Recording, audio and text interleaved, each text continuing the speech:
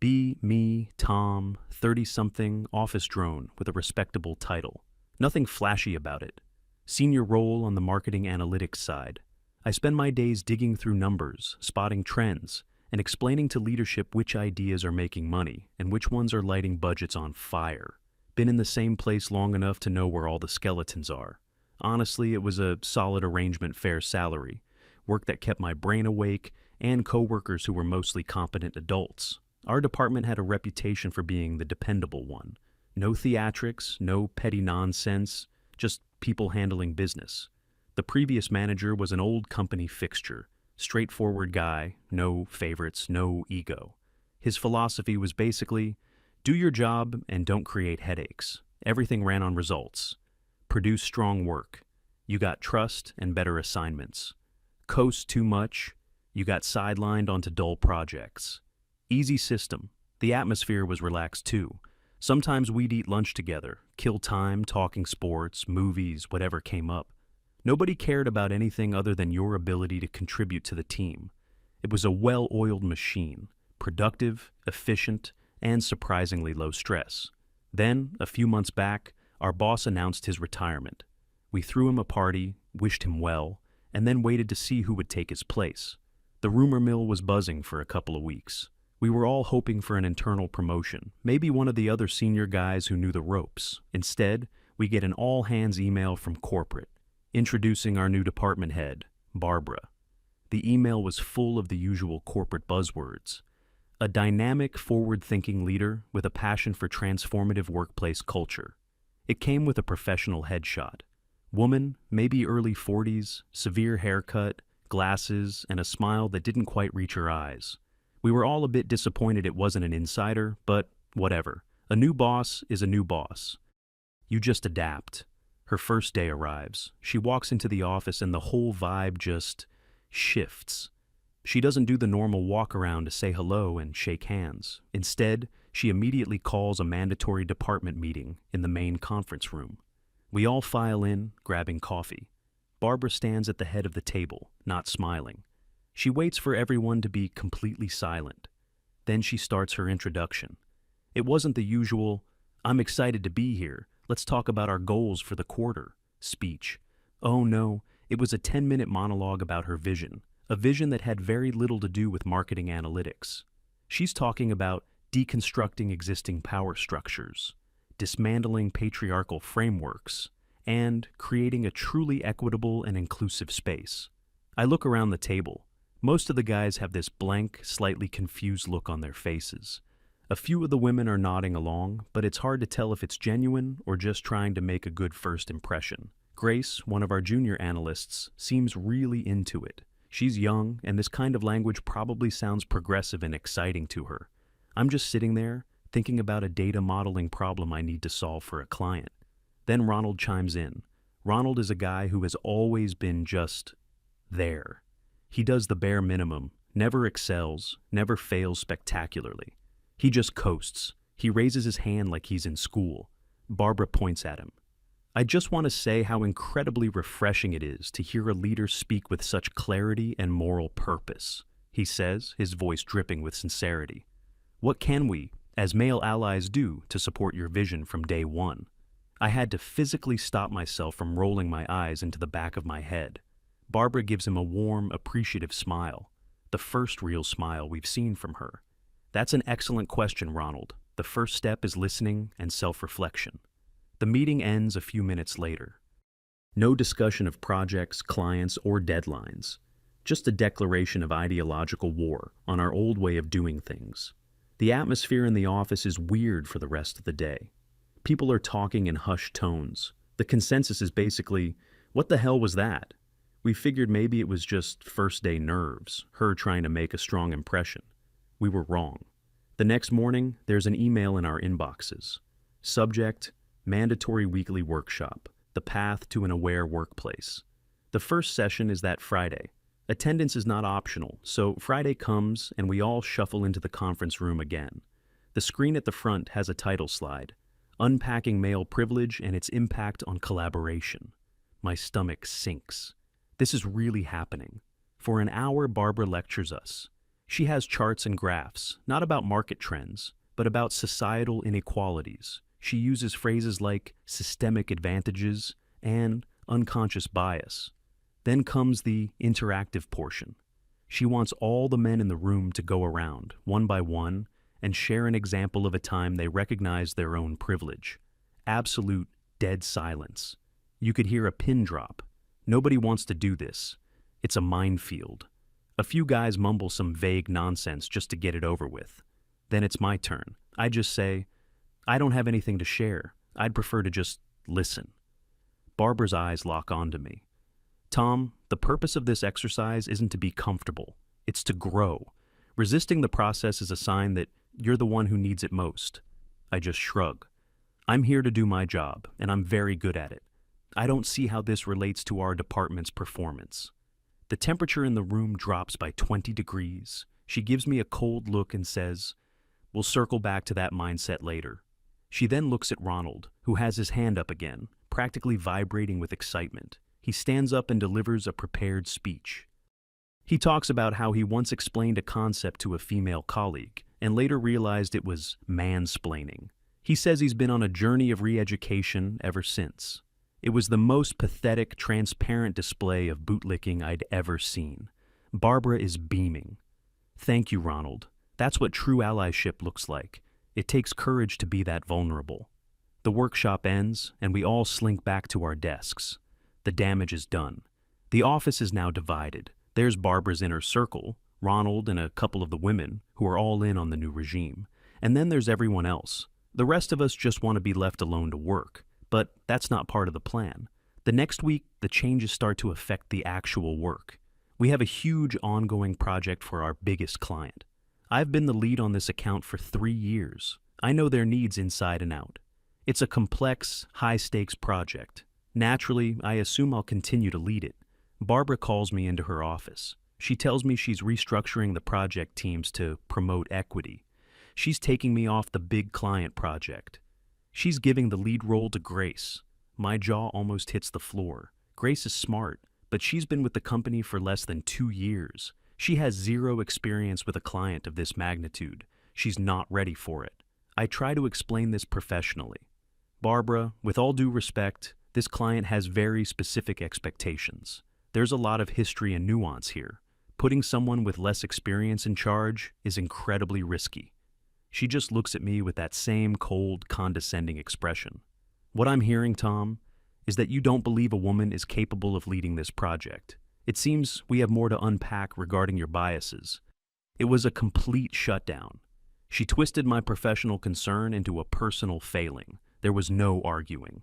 She reassigned me to a legacy data audit. It's grunt work, the kind of stuff we usually give to interns.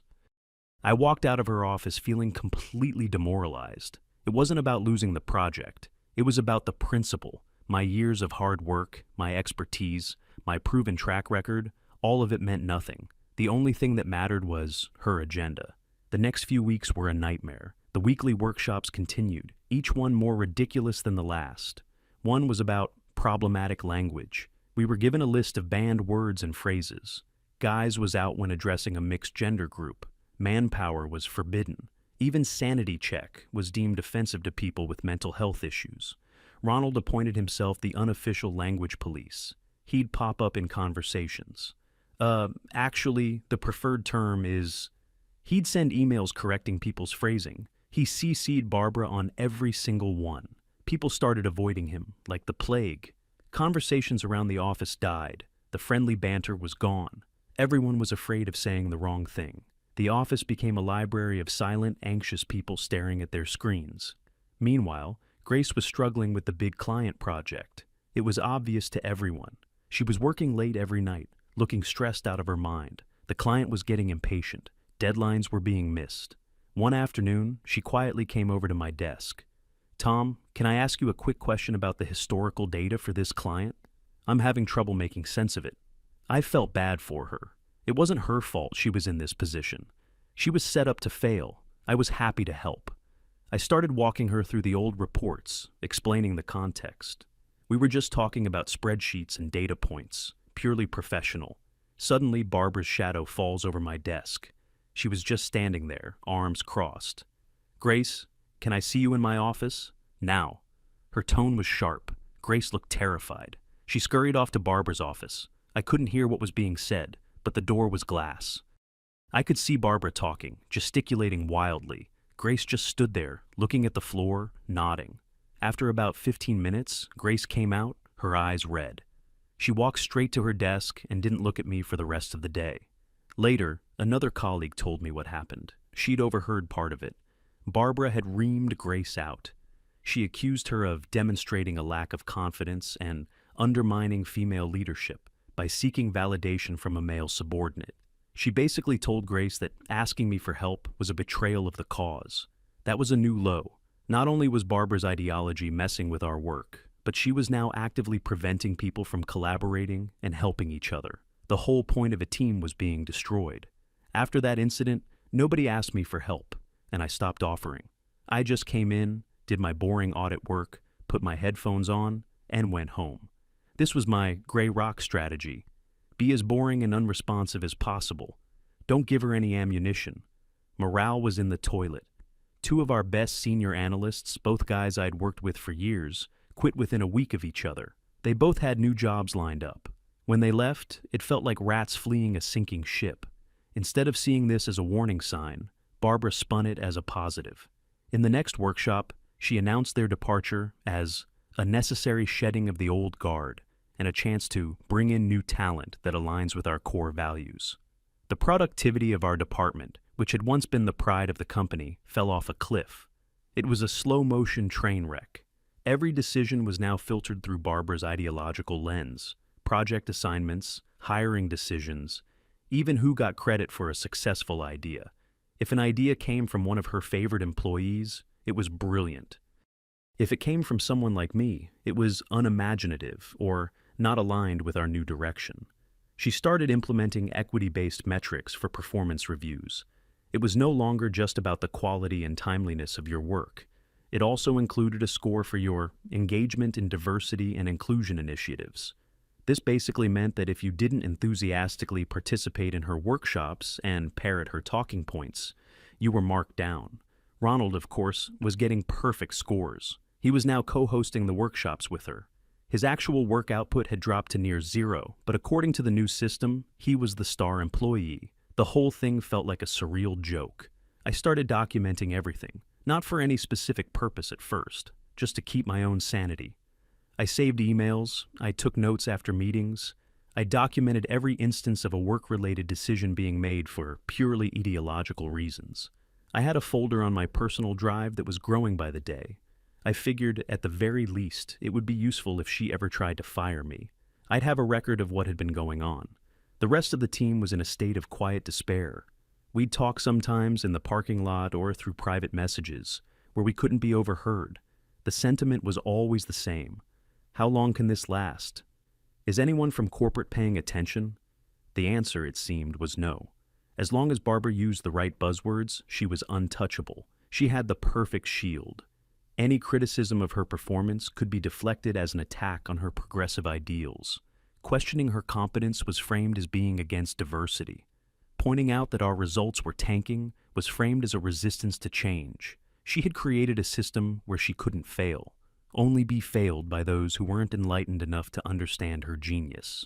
The atmosphere was oppressive. It felt like living in a totalitarian state, but with more PowerPoint presentations. I kept my head down, did my work, and added to my file. I was just biding my time, waiting for something to happen. I knew deep down that a system this dysfunctional couldn't last forever. Something had to break. It was just a matter of when and how badly. It was about to get much, much worse. The breaking point started, as it often does, with a big client. Not just any client. This was the one. The contract that basically paid all our salaries. They'd been with the company for over a decade. We had a great relationship with them, built on years of solid results and trust. The contract was up for renewal, a massive multi-year deal. Normally, this would be an all-hands-on-deck situation, with our most experienced people leading the charge to put together the renewal proposal and presentation. That would have been me and the two senior guys who had already quit. With them gone, I was the only one left with deep institutional knowledge of this client's account. I expected, despite everything, that Barbara would have to put me on the project. It was a matter of simple business logic. You don't send in the B team to secure your most important source of revenue. Once again, I had underestimated her commitment to the cause. She announced the project team in one of her weekly meetings. She would be the project lead herself. The team consisted of Grace, 2 other junior female analysts, and, of course, Ronald. Not a single person with more than 2 years of experience in our department. I wasn't just left off the team. I was explicitly told to have no contact with them regarding the project. "We need fresh perspectives," Barbara announced to the department. "We can't rely on the old ways of thinking that have perpetuated a stale, homogeneous culture." It was a direct shot at me. Everyone in the room knew it. I didn't say a word. I just sat there, feeling a strange sense of calm. It was the calm you feel when you see a car speeding towards a brick wall and you know there's nothing you can do to stop it. You can only watch. The renewal team was given its own private section of the office to work in. They had closed-door meetings and worked with a level of secrecy that was completely bizarre. They were ideating a paradigm-shifting proposal, as Barbara put it. The rest of us were left to handle the day-to-day stuff, effectively cut off from the most important work in the department's history. The deadline for the proposal was about a month away. As the days ticked by, I couldn't help but notice a few things. The team was working long hours, but there was a constant sense of chaos coming from their corner of the office. I'd overhear snippets of conversation. They weren't talking about data, or ROI, or the client's key performance indicators. They were talking about narratives, social impact, and brand activism. They were designing a proposal based not on what the client's business actually needed, but on what they thought a progressive, modern company should want. About a week before the final presentation was due, I was leaving the office late. I walked past the recycling bin and saw a stack of printouts on top. It was a draft of their presentation slides. My curiosity got the better of me. I picked them up and took them back to my desk. What I saw made my blood run cold. It was a disaster. The entire proposal was built around a new marketing strategy that pushed a heavy-handed social justice message. It had nothing to do with the client's product or their customer base. It was full of vague, unquantifiable goals like fostering community dialogue and amplifying marginalized voices. The data they used to support this new direction was cherry-picked at best, and in some cases, just plain wrong. I knew this client. They were a conservative, numbers-driven company. The old-school CEO there cared about one thing: profit. He would look at this proposal and laugh them out of the room. I had a choice to make. I could stay quiet, let them crash and burn, and say, "I told you so." But the company's survival was on the line. People's jobs were at stake. My professional integrity wouldn't let me just sit back and watch the ship sink because of a captain who was steering it towards an iceberg on purpose. So I did what I thought was the right thing. I went home and spent the entire evening writing a detailed, professional, and respectful email.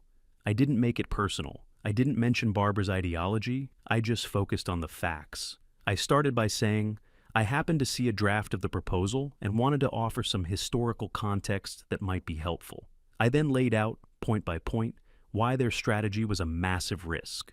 Point 1. The client's customer demographic is X. The proposed campaign targets Y, which is a mismatch. Point 2. The proposal forecasts a 15% growth based on social engagement metrics, but our historical data for this client shows zero correlation between social buzz and actual sales. Point 3. The CEO has personally rejected similar brand purpose campaigns in the past. I've attached the minutes from the Q3 meeting in 2019 where he called it fluff. I ended the email by offering a concrete, data-backed alternative strategy that I knew would appeal to them. It was a safe, conservative plan, but it was guaranteed to get the contract renewed. I reread the email 10 times to make sure there was nothing that could be misinterpreted as an attack. It was dry, factual, and constructive. I sent it directly to Barbara, and only to Barbara. I hit send and went to bed, feeling like I had at least done my due diligence. I woke up the next morning to a firestorm. Barbara had not taken my email as a helpful suggestion. She had taken it as a declaration of war. She forwarded my email to the entire department. And she CC'd her own boss and the head of HR, a woman named Renee. Above my carefully worded professional email, she wrote her own introduction. Team, I am sharing this with you all as a teachable moment. This is a textbook example of how entrenched privilege attempts to sabotage progressive leadership. She went on. Tom's unsolicited and frankly disrespectful email is a clear case of mansplaining. He is attempting to undermine the authority of this team because he is uncomfortable with seeing women in charge. His actions are not collaborative, they are an act of professional sabotage. She ended with, "We will be proceeding with our original vision, which is innovative and forward-thinking. We will not be intimidated by those who cling to the past. Tom, we will discuss your hostile and unprofessional behavior with HR." I just sat at my desk, staring at the screen. I was publicly humiliated, accused of being a saboteur and a sexist for trying to prevent a multi-million-dollar disaster. My inbox started blowing up with instant messages from colleagues. "This is insane. Don't let her get to you, man. We know you were right. Be careful. She's trying to get you fired." Even Grace sent me a private message, just a single line. "I'm so sorry, Tom." I appreciated the support, but it didn't change the fact that I now had a target on my back. I spent the rest of the day in a daze. I couldn't focus on work. I just kept rereading the email chain, my professional data-driven analysis, followed by her hysterical ad hominem attack. It was all there in black and white. That evening, I went home and opened the secret folder on my computer. I added this latest email chain to the collection. It was the centerpiece, the smoking gun. The day of the big presentation arrived. Barbara and her team, all dressed in power suits, walked into the main boardroom to meet with the client's executive team. The rest of us were just sitting at our desks, pretending to work, waiting for the verdict. The meeting was scheduled for 2 hours. After just 45 minutes, the door to the boardroom burst open. The client's CEO stormed out, his face red with anger. He didn't even look at us. He just marched towards the elevators, with his team trailing behind him. A few moments later, Barbara and her team shuffled out of the boardroom. They looked like they'd seen a ghost. Barbara's face was pale. Grace looked like she was about to cry. Ronald was staring at the floor, avoiding eye contact with anyone. They walked back to their desks in complete silence. We didn't need an announcement. We knew what had happened. They had failed. An hour later, the official email came down from the senior vice president. The client had declined to renew their contract. The email was short and cold. It mentioned a misalignment of strategic vision and concluded with, "This outcome is a significant financial blow to the company. We will be reevaluating the structure and leadership of several departments in the coming days."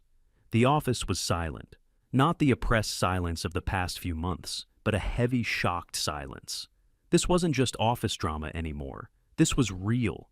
The company had lost millions of dollars. Jobs were now on the line, and everyone in that department knew exactly who was to blame.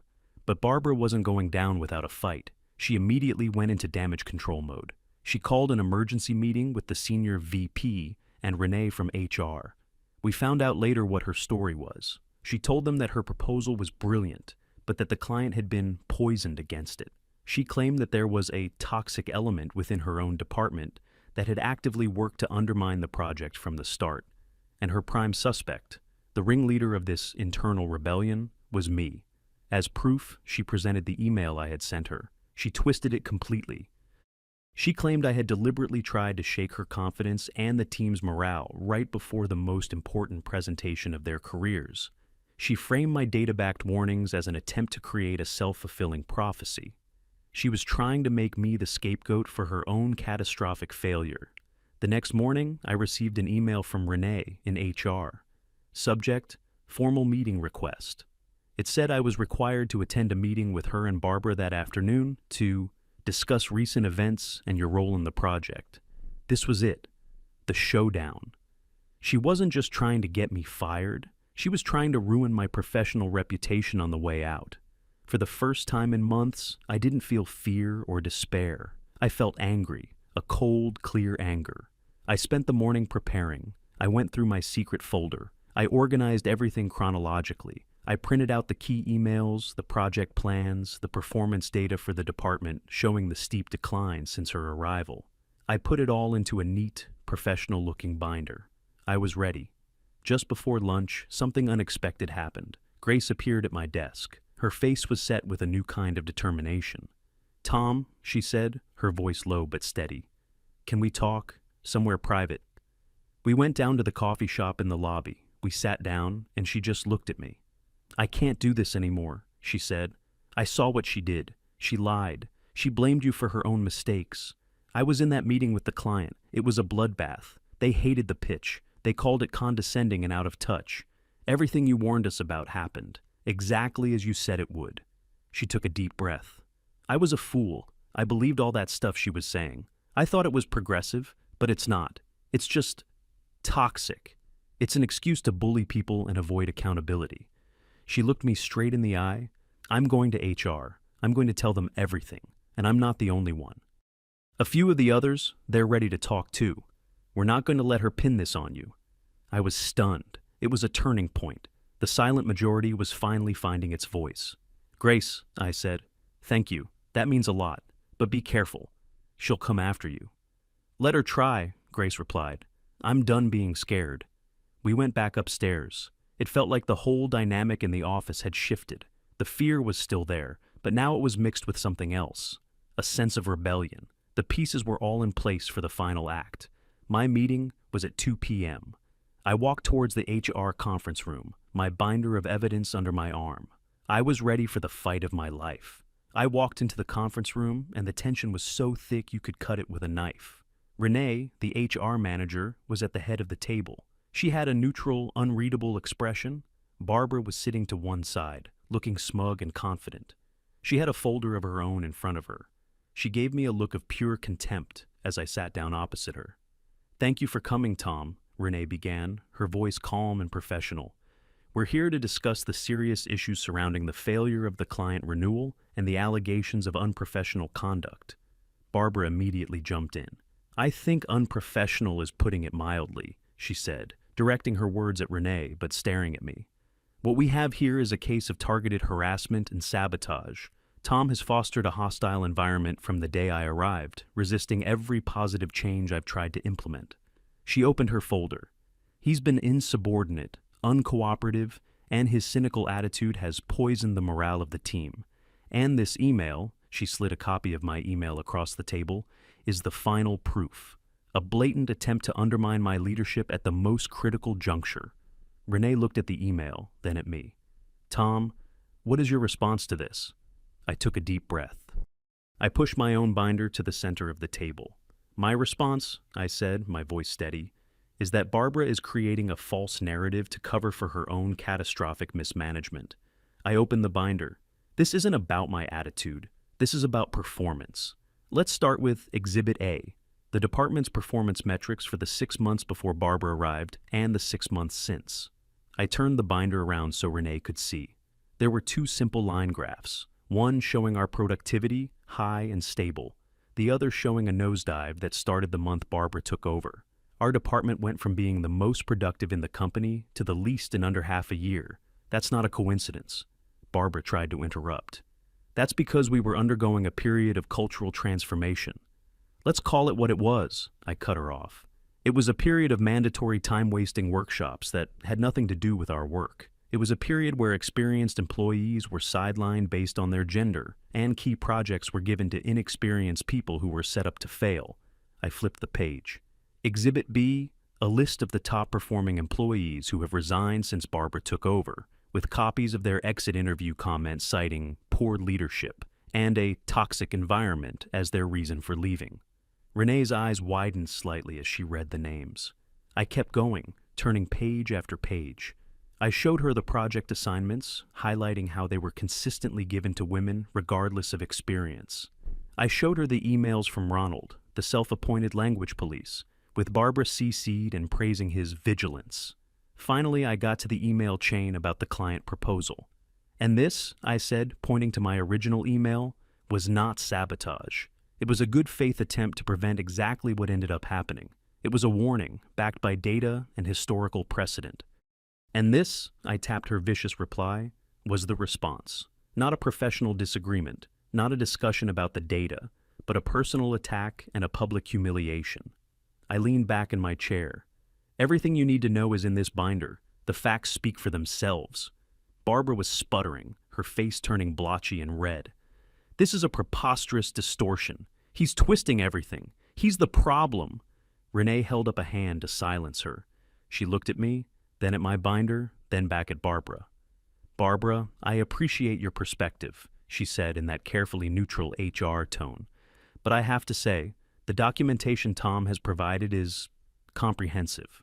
Just then, there was a soft knock on the conference room door. Renee looked up, slightly annoyed. "Yes?" The door opened, and it was Grace. "Renee, I'm so sorry to interrupt," she said, her voice shaking a little, but her eyes were firm. "But I have something I need to tell you. It can't wait." Barbara shot Grace a look that could kill. "Grace, this is a private meeting. You need to leave." "No," Renee said, looking at Grace with new interest. "Let her speak." Grace stepped into the room. She was holding her own small stack of papers. "I was the lead on the client project," she said, her voice getting stronger. "Barbara is telling you that Tom sabotaged us. That is not true. He tried to help us. He warned us. We were told to ignore him." She laid her papers on the table. They were internal emails from the project team. "This is an email from Barbara to the team after Tom sent his warning. She instructed us not to speak with him and called him a dinosaur trying to protect his fragile ego. And this," she pointed to another document, "is a summary of the feedback from the client meeting. The client's exact words were that our proposal was insulting to their intelligence and a lecture, not a business plan. The failure was 100% on us and on the strategy Barbara forced on us." The room was dead silent. Barbara looked from Grace to me and then to Renee. She looked like a trapped animal. Her smug confidence had completely evaporated. "This is a conspiracy," she whispered, her voice cracking. "They've all turned against me." Renee closed my binder slowly. She looked at Barbara, and for the first time, her expression was not neutral. It was cold. "Barbara," she said, "I think we're done here. I'm going to have to ask you to go back to your desk. We'll continue this conversation with senior management later." The meeting was over. The next 24 hours were the strangest I've ever experienced at that company. The news of what happened in that meeting spread like wildfire. Barbara stayed in her glass-walled office all afternoon, making frantic phone calls. She didn't come out. Ronald was nowhere to be seen. Someone said he'd called in sick. Coward. The atmosphere in the office was electric. The fear was gone, replaced by a buzzing anticipation. People were openly talking about it. They were coming up to my desk and to Grace's, patting us on the back. "Thank you for doing that. You're a hero, man." It was surreal. For months, we'd all been living under this cloud of oppression, and now, finally, the sun was starting to break through. The next day, around mid-morning, it happened. Renee walked out onto the office floor. She was accompanied by a guy I recognized as the head of corporate security. They walked straight to Barbara's office and went inside.